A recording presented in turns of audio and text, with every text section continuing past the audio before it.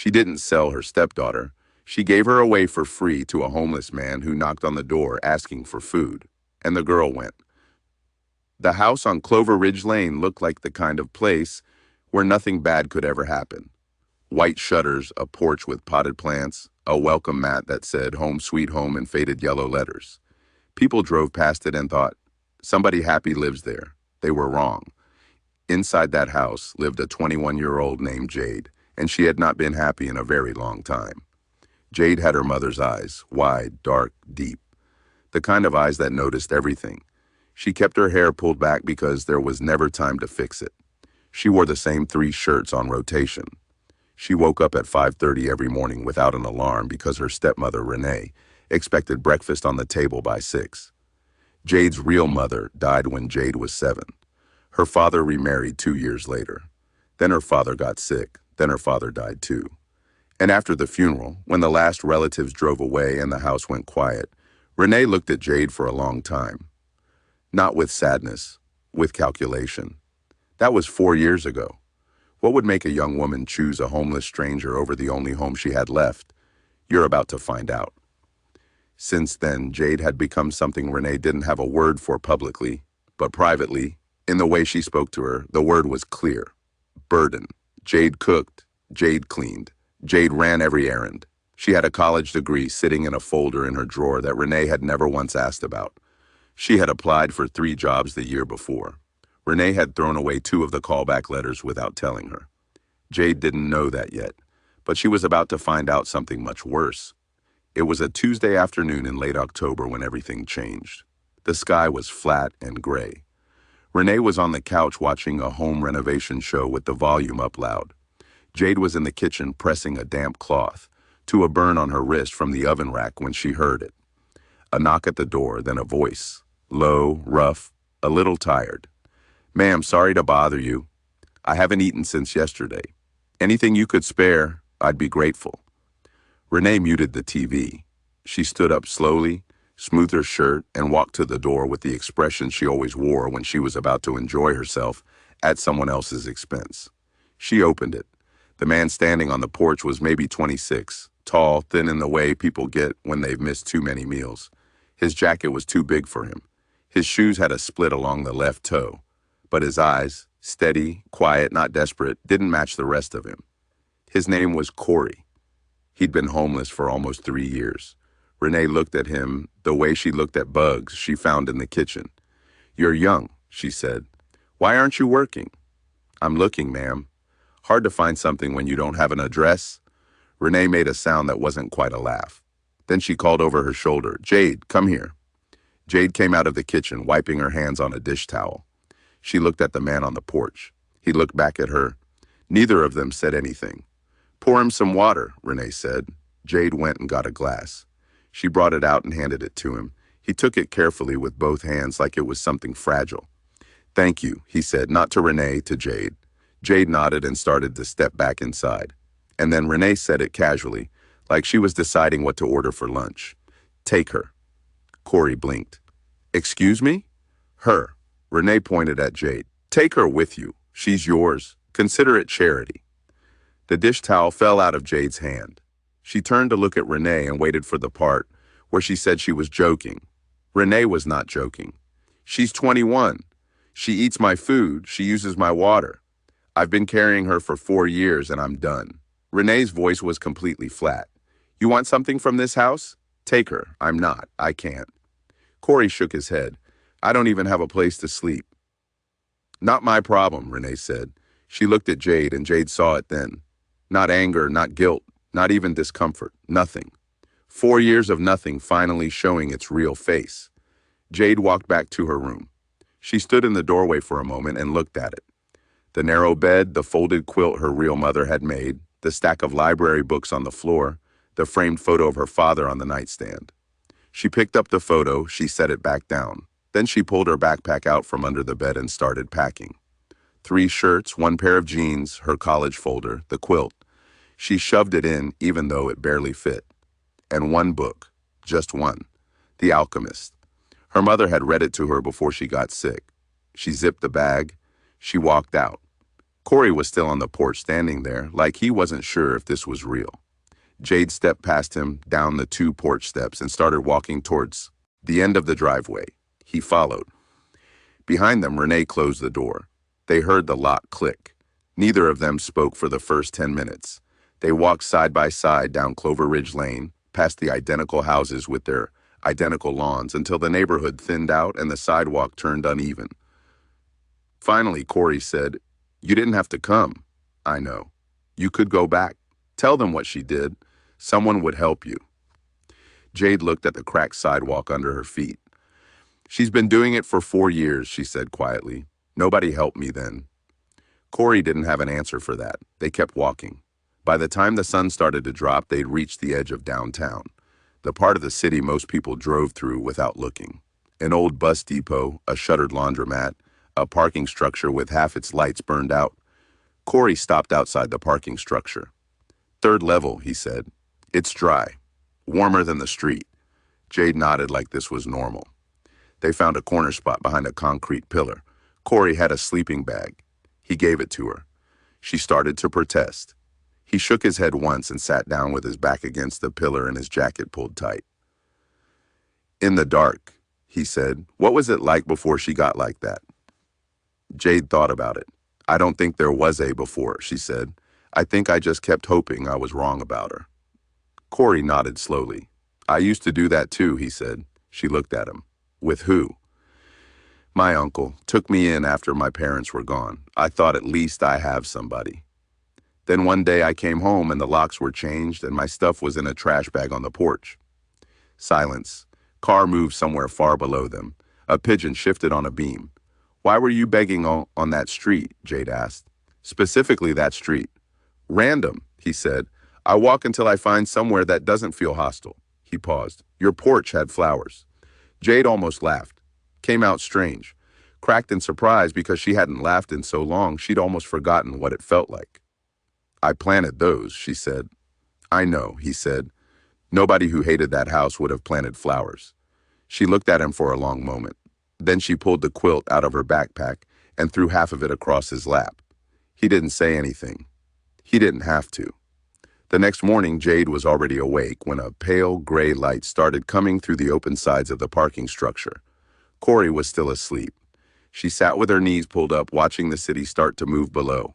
Her mind was already working.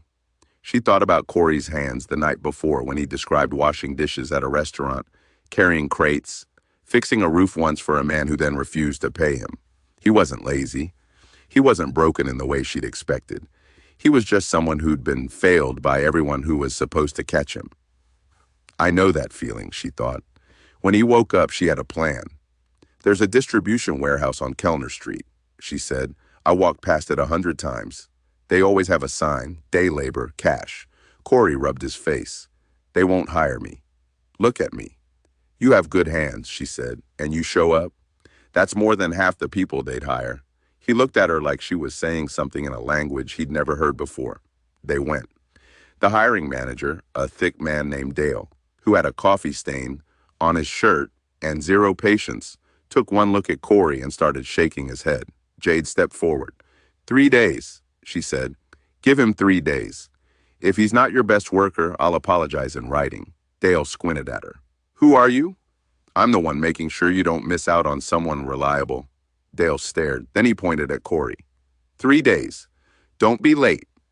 Outside, Cory stopped walking. "Why are you doing this?" Jade kept moving. "Because someone should have done it for me." He stood there for another second, then he followed.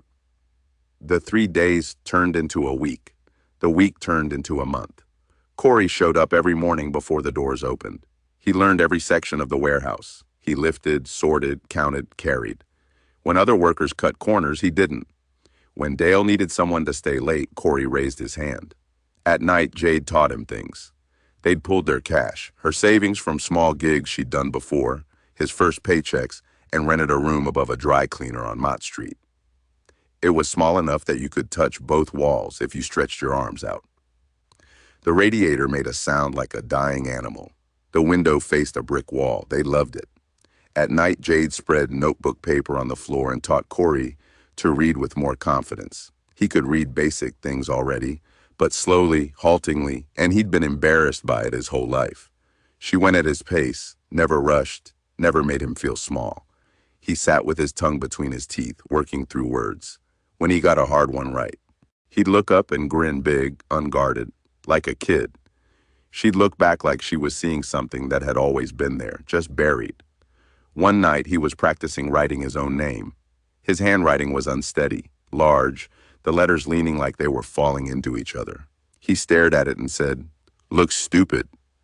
"It looks like you're learning," Jade said, "which is better than not." He was quiet then. "Nobody ever sat with me like this." She didn't say anything back. She just pressed the pencil back into his hand and pointed at the next word. But her throat was tight, and she had to look away so he wouldn't see. 2 months in, Dale promoted Cory to floor supervisor. He came home and stood in the doorway. Jade looked up from her book. He said I was the most reliable person he'd hired in 6 years. She stood up. He was trying to hold it together and failing. His jaw was working. His eyes were bright and wet. She crossed the room and hugged him, not carefully, not with any hesitation. Hard, like she was trying to make sure it was real. He held on. Outside, someone honked. A train went past. The radiator clanked. Neither of them moved. Back on Clover Ridge Lane, Renee's life was quietly dismantling itself. The neighborhood had a long memory. People talked. The woman who gave away her stepdaughter to a homeless man on the porch. The story moved from one house to the next, warping a little with each retelling. But the core of it stayed the same. Renae stopped getting invited to things. Women she'd known for years crossed the street when they saw her. Her book club quietly removed her from the group chat. She told herself she didn't care. She cared deeply. And the money was getting bad. There was a loan she'd taken, secured against documents she didn't have full rights to sign. The lender, a man named Garrett who wore too much cologne and smiled with his eyes closed, had started calling twice a day. Then he started coming by. Then one Thursday morning, he showed up with a man in a suit. Renae opened the door and immediately tried to close it again. The man in the suit held up a document. "Ma'am, the county has an interest in this property. We're going to need you to step outside." By the time Jade and Cory drove down Clover Ridge Lane that afternoon, it was almost over. They weren't there for any of it. They were actually there to drop off a box of Jade's things she'd remembered leaving in the hall closet. A box her neighbor, Miss Tanya, had called her about. The one who had a spare key. They turned onto the street and saw the cars, the suits, the papers, the neighbors standing on their porches watching. And in the middle of it, Renae, smaller than she remembered, standing in the driveway with her arms crossed over her chest, her eyes moving from face to face, finding no one who was going to step in. Cory pulled over. They sat in the car. Jade watched Renae for a long time. She watched her turn finally and see the car. See Jade's face in the passenger window. Renae walked over. She walked like it cost her something. Her chin was up, but her hands were shaking. Jade got out of the car. They stood 3 feet apart on the sidewalk they used to share. "Jade." Renae's voice had a crack in it. "I need help. I don't have anyone." "You had me," Jade said. Not loud, not angry, just clear. Renae's chin dropped slightly. "I know." "You gave me away," Jade said. "To a stranger. On the porch. Because you decided I wasn't worth keeping." Renae was crying now, small, tight tears. The kind that come when someone realizes they've lost something they thought was disposable. Jade let the silence sit. Then she turned to one of the men with folders and said, "Do whatever the law requires, but handle it with some dignity, please." The man nodded. She got back in the car. Cory looked at her. He didn't say anything. She stared straight ahead. Her hands were still. Her face was still, but her jaw was tight, and he could see the line of it working. He reached over, put his hand over hers. She took a breath. They drove away. 8 months later, they got married on a Saturday in October, a courthouse ceremony. Her neighbor, Miss Tanya, as witness, a courthouse clerk who said congratulations like she meant it, a bouquet of flowers. Jade picked from a corner bodega, yellow and white, still wrapped in plastic. After they stood on the courthouse steps, Cory looked at her like he was still surprised she was real. She looked at him like she'd stopped being surprised at exactly the right moment. "I have something for you," he said. He reached into his coat pocket and pulled out a thin bracelet, silver with a small engraved plate. She looked at it. Not alone anymore. He'd had it engraved at a shop on Mott Street. The woman at the counter had asked what to put on it, and he'd stood there for a long time before he said those three words. Jade pressed her lips together. She let him put it on her wrist. "You know what I think about sometimes?" she said, her voice low. "What?" She thought she was getting rid of a burden. Jade looked at the bracelet. "And all she actually did was set me free." Cory nodded slowly. "She threw away the best thing she had," he said. "That's not your loss." Below them, the city moved. Taxis and bikes and strangers going everywhere. Two people who had been left by everyone who was supposed to stay. Standing in the October sun, still here, still standing. The woman who gave her away is still paying for what she lost. The girl she gave away stopped counting her losses a long time ago. And the homeless man nobody wanted to let inside, he turned out to be the only one who ever opened a door and meant it. If this story torches you, subscribe to this channel, like, comment, and share with someone who needs to know that what you throw away can become the most valuable thing in the world, just not for you.